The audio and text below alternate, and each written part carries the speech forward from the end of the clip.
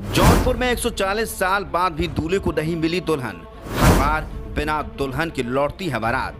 देखिए अनोखे परंपरा की अनोखी कहानी। कई वर्षों से दो गांवों से आ रही बारात इस साल भी बिना दुल्हन की ही वापस लौट गई। दोनों गांवों से हाथी घोड़े पर सवार होकर आए दूल्हे और बाराती बैंड बाजे की धुन पर थिरकते हुए पहुंचे थे। शादी करने के लिए इस वर्ष भी दूल्हे और बारातियों को मायूसी हाथ लगी।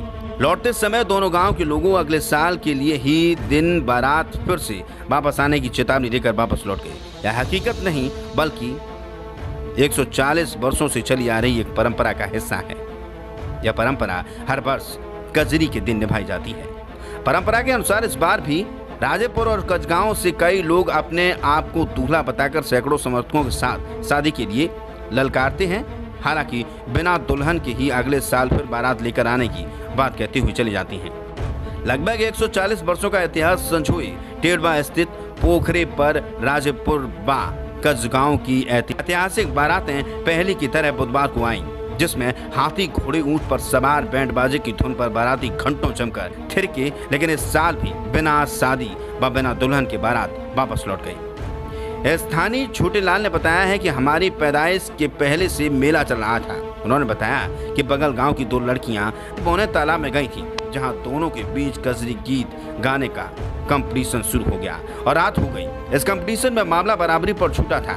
उसके बाद उस इलाके के नवाब से सुबह लड़कियों को जाते समय विदाई की स्वरूप कपड़ा देकर विदाई की गई। उसी के बाद से परंपरा हर साल चली आ रही है, जिसके बाद से मेला शुरू हुआ है।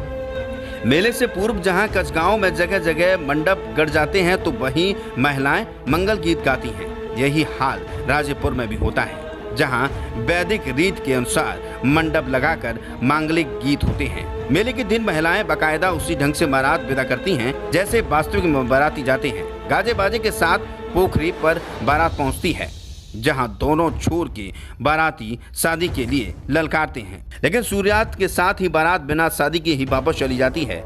यह मेला पूरी तरह आपसी सौहार्द व भाईचारे का मेला है, जो परंपरागत ढंग से होता है।